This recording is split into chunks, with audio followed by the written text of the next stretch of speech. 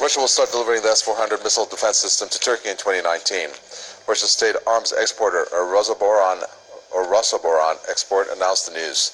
The company also says it will switch to using local currencies instead of the US dollar in deals with foreign trade partners. The $2 billion acquisition is Turkey's most significant deal with a non-NATO military supplier. Ankaran's decision to buy the advanced system has been criticized by the US and other NATO members. Washington has expressed concern that the development could risk the security of several US-made weapons used by Ankara.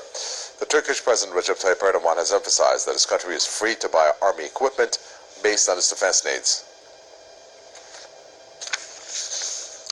Gordon Duff, senior editor at Veterans Today, joins us from Ohio. So first of all, why wouldn't Russia sell this defense system earlier than 2019? And secondly, why is the U.S. against this? Does it pose a danger to the U.S.? The big issue in the sale, more or less, is handling the credit. Both Russia and Turkey have economic issues. Russia has been bailed out by the United States. The United States, in manipulating oil markets into really very high numbers. Gasoline prices in the United States are not quite double what they were under President Obama. It's the biggest tax we've ever had in history, are the manipulated oil prices here. And a lot of that money is going to Russia, something that people are ignoring. Well, the issue here with the S-400 is simply paying for it. Turkey's in an economic collapse. The lira, which they're talking about, the Russians are talking about accepting, has been in free fall. It depends on what level how do you accept a currency that can't be stabilized at all?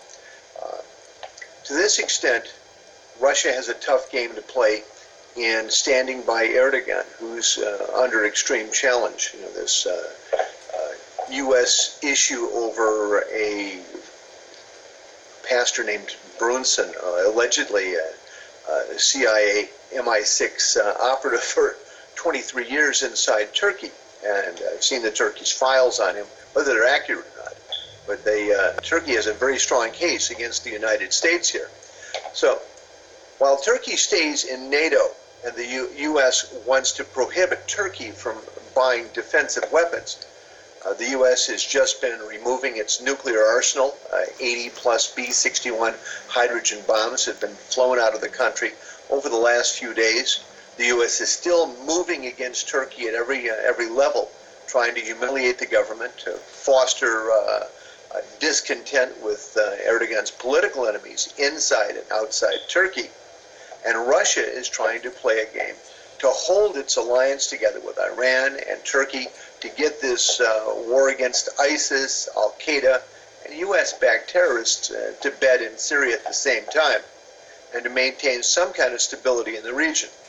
And with Erdogan gone, and that's the American role here, is getting him out of the way, Turkey balkanized, and to get a puppet in Ankara. There's very little question about this. This is what the U.S. is up to.